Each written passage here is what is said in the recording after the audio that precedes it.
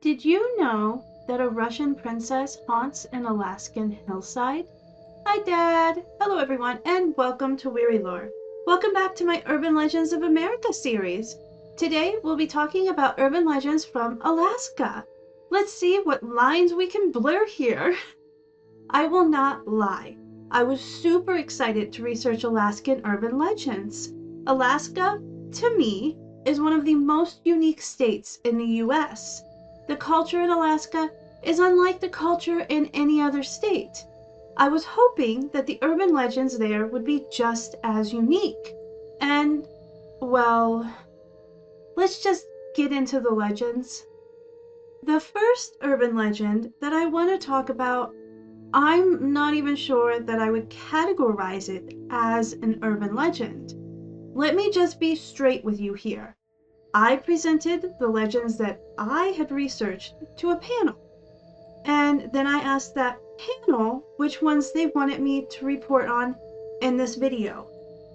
This is one of those that they chose. Many websites called it an urban legend, some called it a theory, and some even called it a conspiracy theory. So, which is it?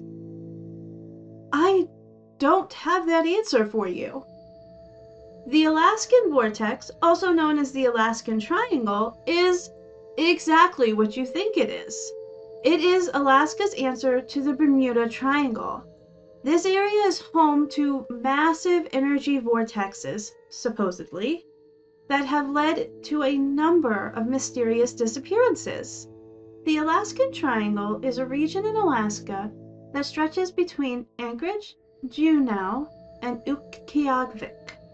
It is said that, in the last 50 years, upwards of 20,000 people have gone missing in this area, a number that is twice the national average, and they've never been found.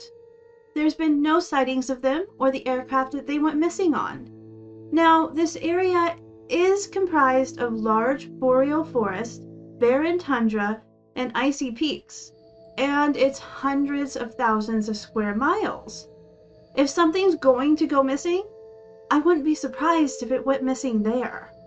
There are many theories as to why this happens. One is the massive energy vortexes that I mentioned before. Now, they do say that these vortexes can change your emotions, leaving you with negative feelings and utterly confused. But that's not what's most important or even most interesting. There have been real reports of something causing magnetic irregularities in the Alaskan vortex.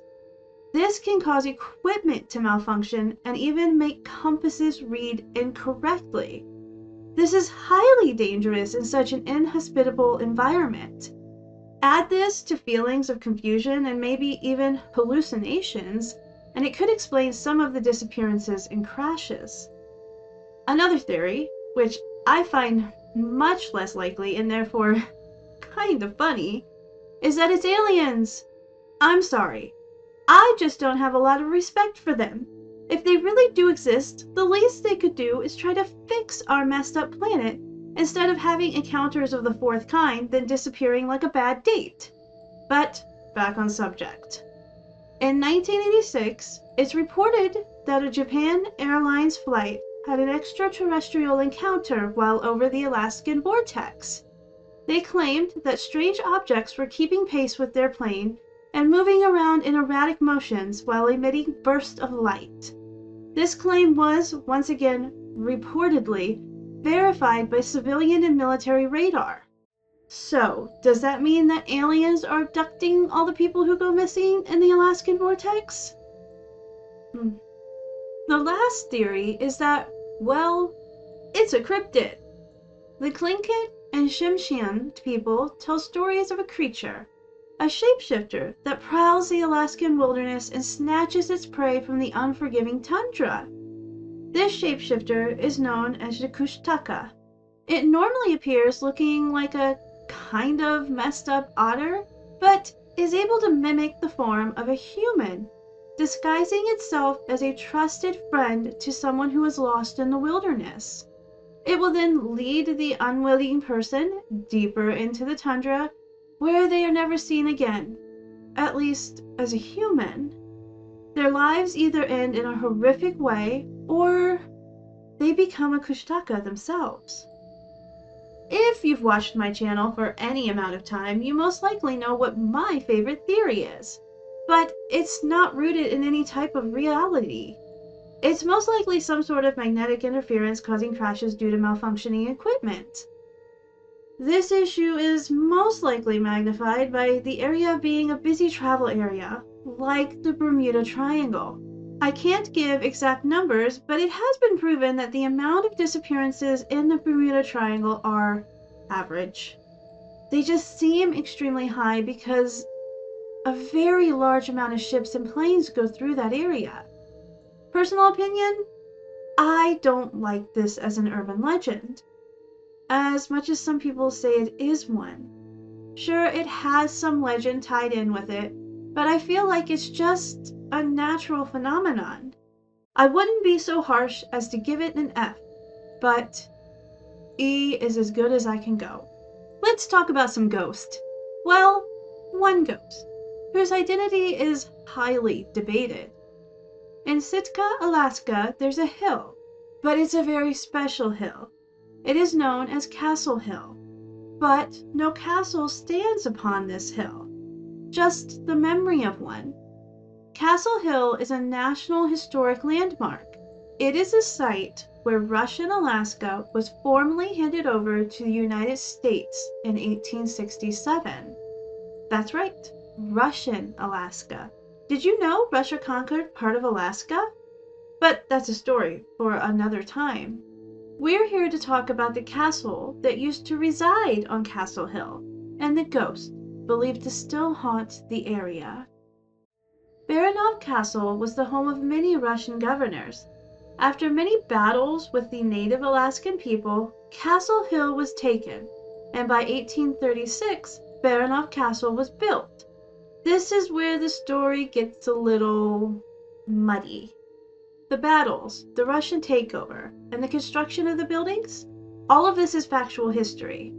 The legend behind the ghost, well, it may be factual, but whose version do you believe?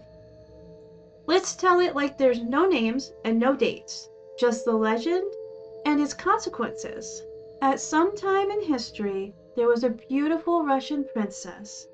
She was living with her father, the governor of Russian Alaska, in Sitka, Alaska, in an opulent two-story brick castle. This princess was in love. She had fallen in love with but a lowly sailor, a man beneath her standing, but who had her entire heart. She intended to marry this man, but her father would not have that. It was decided that she would marry another, a man of her own social standing, a man who would bring great pride and stature to her family. She resisted this. She had her love, but then he was taken from her. Her father claimed to have shipped him back to Siberia, and sadly, he was lost to the treacherous waters along the way. But he'd never made it to the water. Her father had left him to the hands of a hired killer. The princess was forced to marry a man she did not love. On the very night of her wedding, she disappeared from the festivities and, heartbroken, made her decision to join her lost love. She was later found, passed away of unknown causes in her own bedroom. But sadly, she would never leave the castle. Her ghost would remain there, wandering the halls, wringing her hands and crying out in despair. Even after the castle was destroyed by a fire in 1894, she continued to wander the land, the ghostly visage of a forlorn bride floating through the grass of Castle Hill. It's said that if you visit Castle Hill after midnight, you just may get to see the princess yourself. And if not, you'll still see the beautiful scenery of the Alaskan countryside. What do you think? Too flowery? I may have taken some liberties. I have to say, I'm a sucker for a woman in white ghost story. Though this may or may not be a woman in white, all folklorists can seem to agree on about this urban legend is that the woman was a Russian princess or someone of similar social standing who was torn away from her true love and forced into an arranged marriage. She may wear white, she may wear blue, she may wear black. Overall, I'm most sad that the castle burned down, though it wasn't what you would traditionally call a castle anyway. The story is good, but not great. It's meh. So let's give it a C.